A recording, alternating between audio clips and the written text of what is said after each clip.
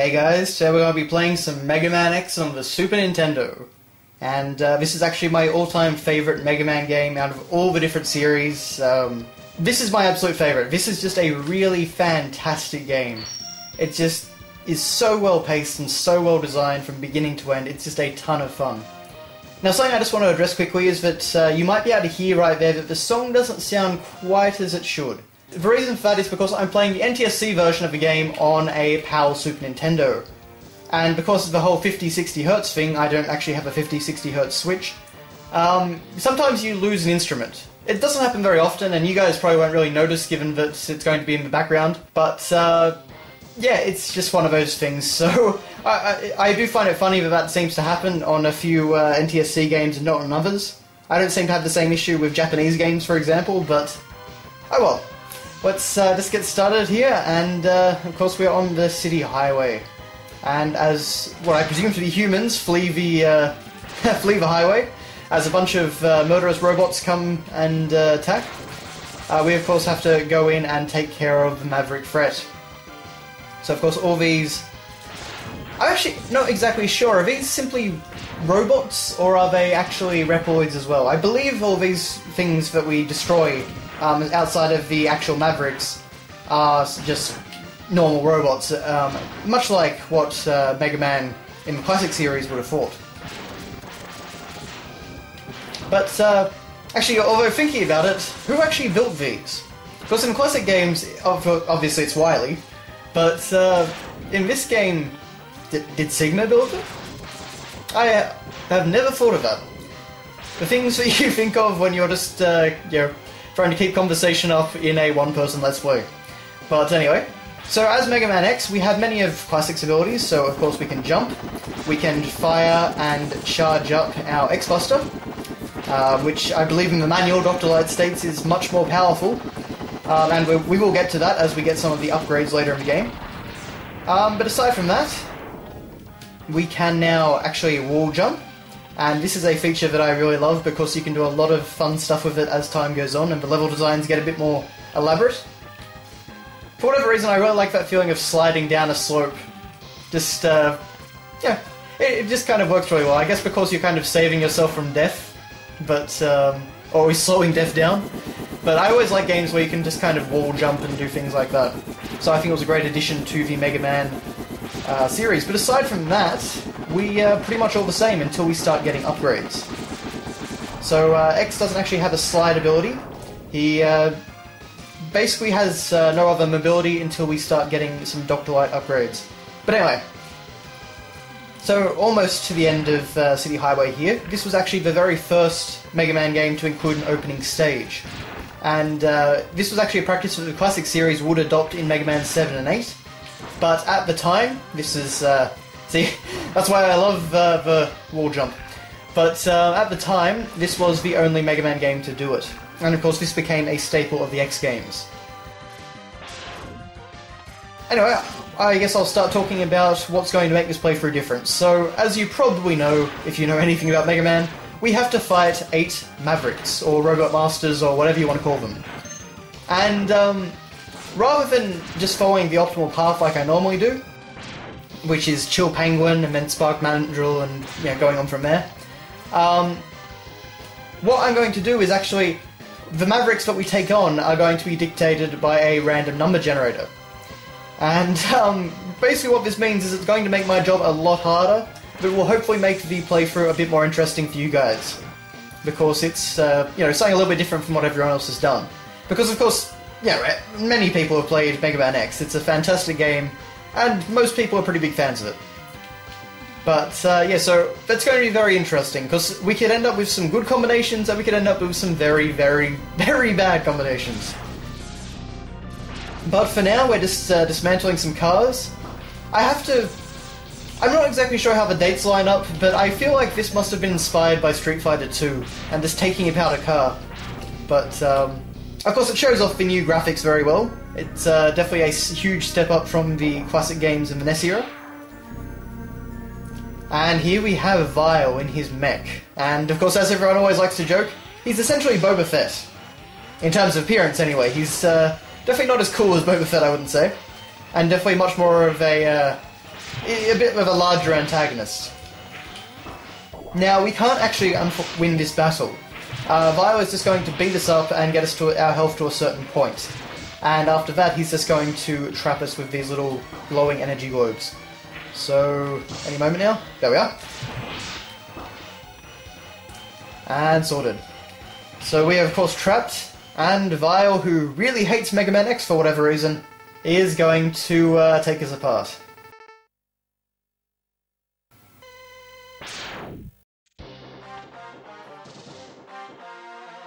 And of course, here is everybody's favourite character, Zero, who was actually the original design of Mega Man X. So, yeah, in the original version of the game, you are actually playing as Zero. But Capcom actually thought that his design was too much of a departure from classic Mega Man, and so they had the redesign. Now, I'd just like to say I love this theme, but I'm going to be saying that quite a few times because this game has an incredible soundtrack.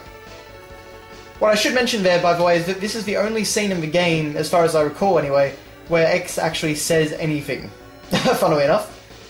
So in this game, Zero is actually X's superior. After Sigma betrayed the Maverick Hunters, and became the big bad guy of this game, Zero actually got the job of leading up the Maverick Hunters, of which I think Mega Man is, in the original game, he's a fairly high-level hunter or something like that. I know in the remake they actually changed it all around and made him a low-level hunter. But, of course, as Zero says, we haven't reached our full potential yet, and we need all the abilities we were designed with before we can become as powerful as him. Now, of course, there's no explanation of where Zero came from or anything. The manual says that all the Mavericks, all the Reploids were actually built by Dr. Kane, with the help of Mega Man X, actually. So, I guess we just have to assume at this point that Zero is just another Reploid, but one who was built to be very powerful and, a fighter. But in this game, he's kind of like a mentor to X. As you can see, X, I know you can do it. So, kind of like that big brother sort of figure, despite X, seemingly being a lot older. And of course we get our password, but we won't be needing that for the moment. Now, here we get to the fun part.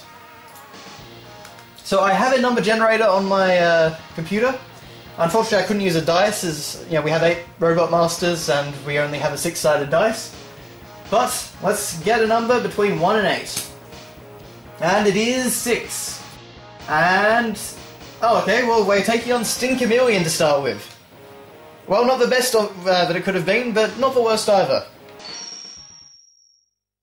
So, Stinkamillion. This is going to be interesting. I've never done a Buster Only run, so I've never ever fought him with Buster Only. So, this is going to be quite interesting. I'm not sure if we might be able to get the Buster upgrade here, actually. But we'll have to see. I may be thinking of another stage, or I may need the dash boots.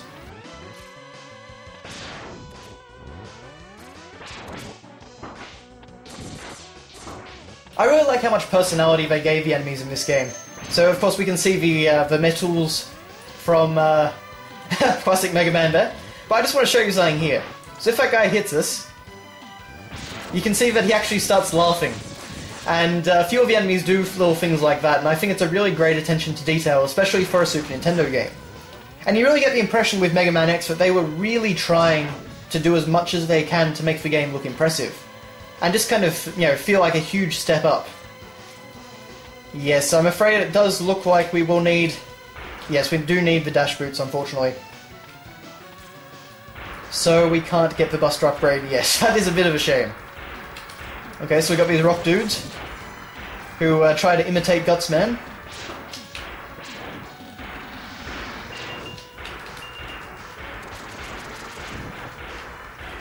Alrighty, and... oh dear. This is going to be very interesting. By Stinkamillion, I've usually got his weakness, and I've got some heart tanks and stuff like that. So... oh dear. But, anyway. So, let's see, Mega Man X. This is, as I was saying, my favourite Mega Man game out of the entire series. And there's quite a number of reasons for this. But one of them is actually the fact that you really can tackle the game in any order. It doesn't actually matter which Maverick you take on. You can fight them all Buster only. And while there's definitely an optimal path, you know, what with Chill Penguin and the Dash Boots, but we can take this path, you know, whatever the random number generator gives us, and you know, we can actually succeed. Of course, it depends on my playing skills, which may or may not get us all the way, but yeah, you can actually do it. So that's one of the really cool things about this game. And the actual order that you tackle stages in, it actually does affect each stage. So for example, there's one stage which has lava, and if we defeat Chill Penguin before we go to that stage, then the lava actually turns to ash. So all that stops. So it takes away a hazard for you, so the stage is now easier. I'm half tempted to actually go back and see if we can actually... No right armor!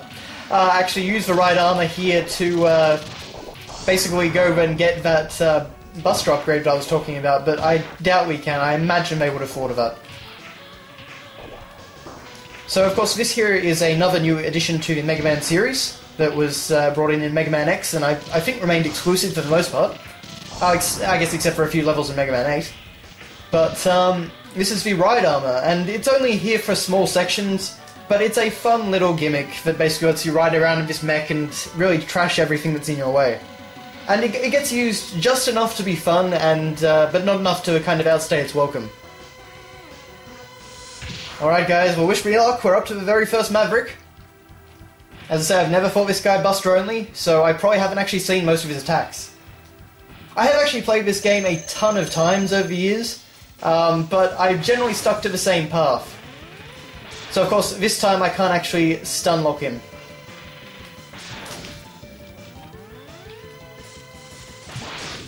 Okay, so far so good. Alright. Done. His health is going down far slower than it should.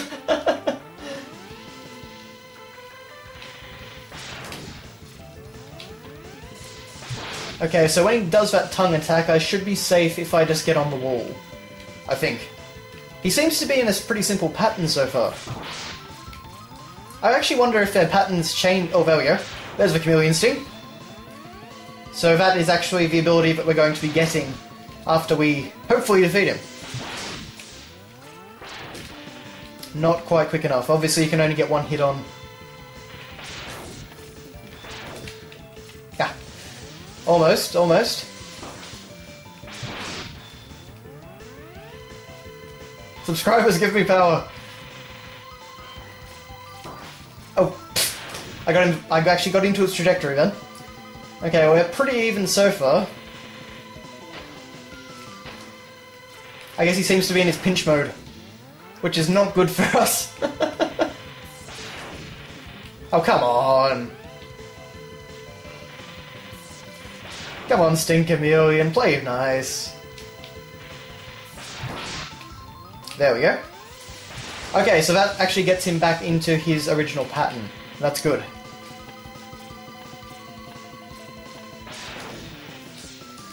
Oh! Ah, dear. Okay, so we were close. I think I can do this.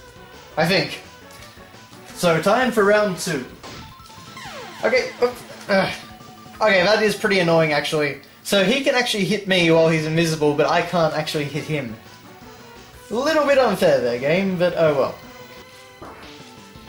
What the heck hit me? I'll have to check that on playback, but from my point of view, I didn't actually see anything. Maybe if I go too... Oh, I see. There's actually spikes on the rooftop. Wow. Okay, guys, I'm having a lot of trouble with this, actually. Sting Chameleon, not a good place to start.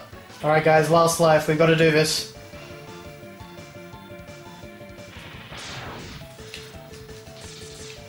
Oh, dear. He's only going to get one more hit. This is my last life. Oh, come on. Oh, pfft. He wasn't even touching me. Oh dear, oh dear, oh dear. You know guys, this was a very, very silly idea on my part. Still, the first one is generally the hardest. Wait, what? You don't start off with that? No! Stop changing your pattern, Stinkamillion! Really, Stinkamillion, you're doing that again at the start. You're just messing with me now, aren't you? Was kind of hoping to hit him, but, oh man. Yep, just one of those. Oh, and we were so close.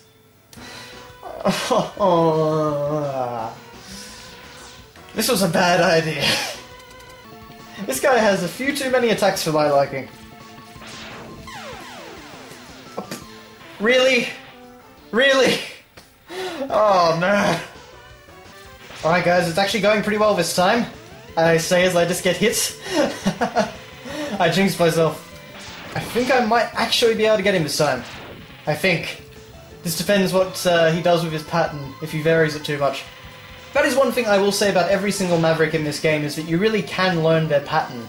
The more you do fight them, the more you really do get it down. This guy actually has a lot more tells than I thought when I first started the battle. That one, though, is still totally random. And I dislike it immensely. Okay, so unless I make a big mistake, we should be right. We should be. The tongue, though, could probably kill me. The tongue is a very, very powerful attack. Yes! I'm so cool, I don't even need to look at the explosion.